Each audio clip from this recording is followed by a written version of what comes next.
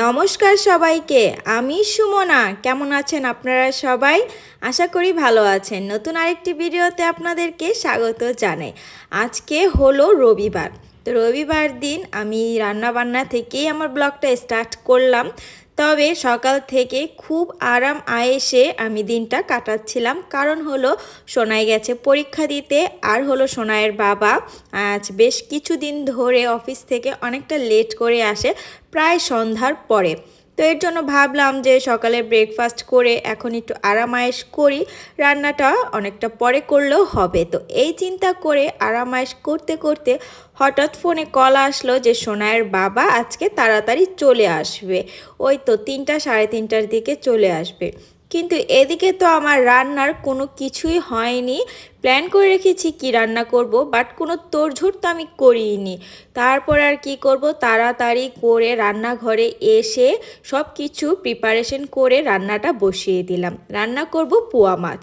পেঁয়াজ আর লঙ্কাটা ভাজা হতে হতে ওইদিকে দেখলাম যে ভাতটা আমার হয়ে গেছে।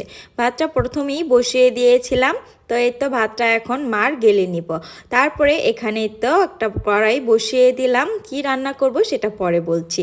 এখানে পেঁয়াজ কুচির মধ্যে স্বাদ মতো লবণ দিয়ে পেঁয়াজটা আমি একটু লালচে করে ভেজে নিব। তারপর এখানে আমি গুঁড়ো মশলা অ্যাড করব। এখানে আমি আজকে এক পদই রান্না করব, আর হলো বেগুন ভাজি করব। আর বেশি কিছু করব না, কারণ সময় নেই সেই জন্য। তো এখানে আমি হলুদ গুঁড়ো লঙ্কার গুঁড়ো দিয়ে দিলাম, আর পরিমাণ মতো একটু জল দিয়ে দিব যেন মশলাটা পুড়ে না যায় সেই জন্য। তারপর মশলাটা ভালো মতো কষিয়ে নিব যতক্ষণ পর্যন্ত এর থেকে তেল না ছেড়ে দিচ্ছে।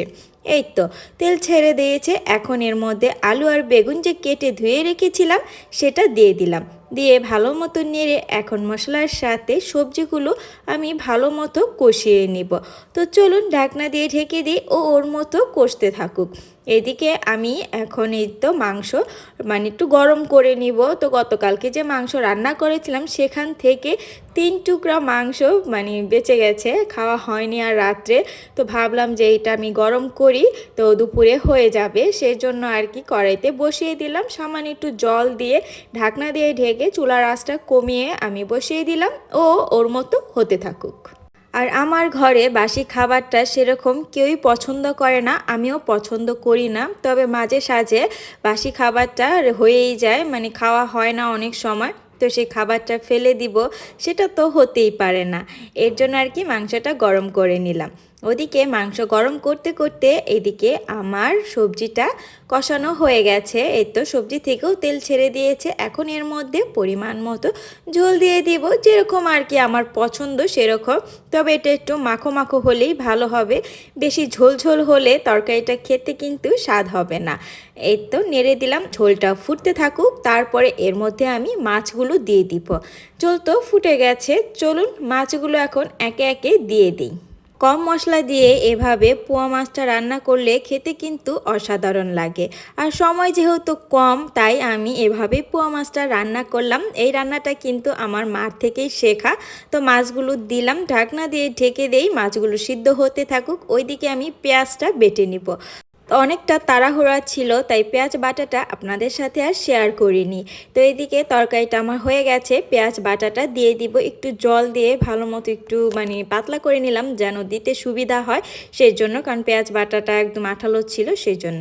এই তো দিয়ে দিলাম। এখন চুলার আঁচটা বাড়িয়ে সামান্য একটু নেড়ে 1-2 মিনিট রাখলেই তারপরে কিন্তু কমপ্লিট আমার এই যে পোয়া মাছের তরকারি। ঢাকনা দিয়ে ঢেকে দিলাম। ওইদিকে চলুন কড়াইতে তেল দিয়ে দেই, বেগুন ভাজি করব সেজন্য।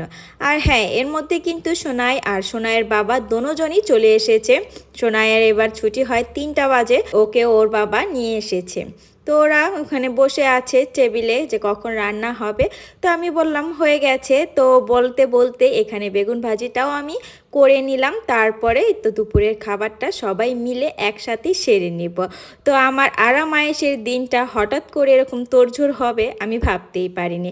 আর এই যে ফুলকপিটা তখন আর ভাজা হয়নি, কারণ সময়ের অভাবে। এটা আমি বিকেলবেলা ভেজেছি। আমার পুরো ব্লগটা যদি আপনাদের ভালো লেগে থাকে তাহলে অবশ্যই লাইক, কমেন্ট অ্যান্ড শেয়ার করে দিবেন। ভালো থাকবেন।